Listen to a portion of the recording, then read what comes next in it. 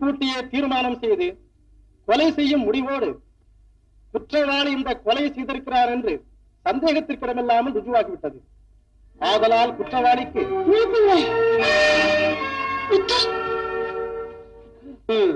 பிறகு என்ன நடந்தது?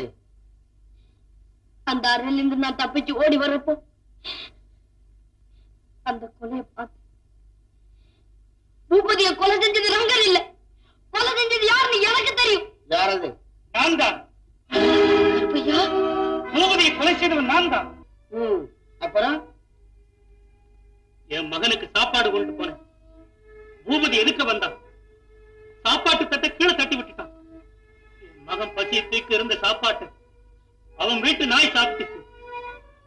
என் ரத்தம் கொதிச்சது. நான் யார தெய்வமா மதிச்சிருந்தேனோ அவன் என் கண்ணுக்கு மிருகமா தெரிஞ்சான். சீறி எழுந்தேன்.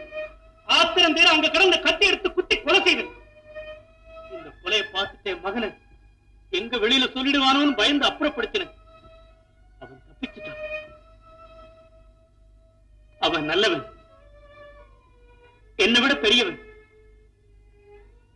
நீதிபதி அவங்களை பூபதியை கொலை செய்தவன் தான்.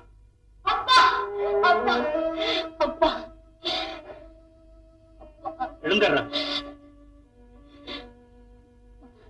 பூபதி கிட்ட அடிமையா இருந்த என்ன மனுஷனாக்கின.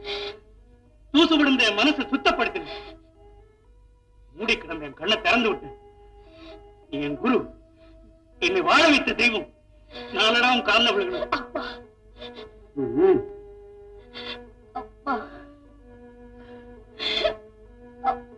இவன் நான் பெத்த மகையா. அப்பா அப்பா அப்பா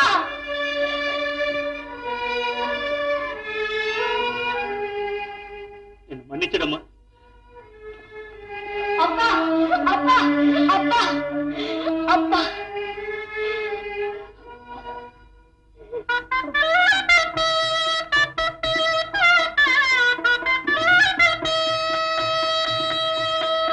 பெருமைக்குரிய சின்னாயி, நமது 6 ஆண்டு திட்டம் இன்னைக்குதான் நிறைவேறிச்சு.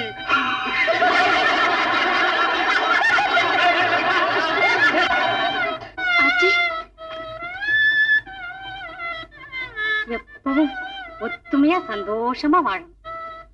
தம்பி, உனக்கு எவ்வளவு பெரிய மனசு. 1000த்துல ஒருத்தன் பாணி.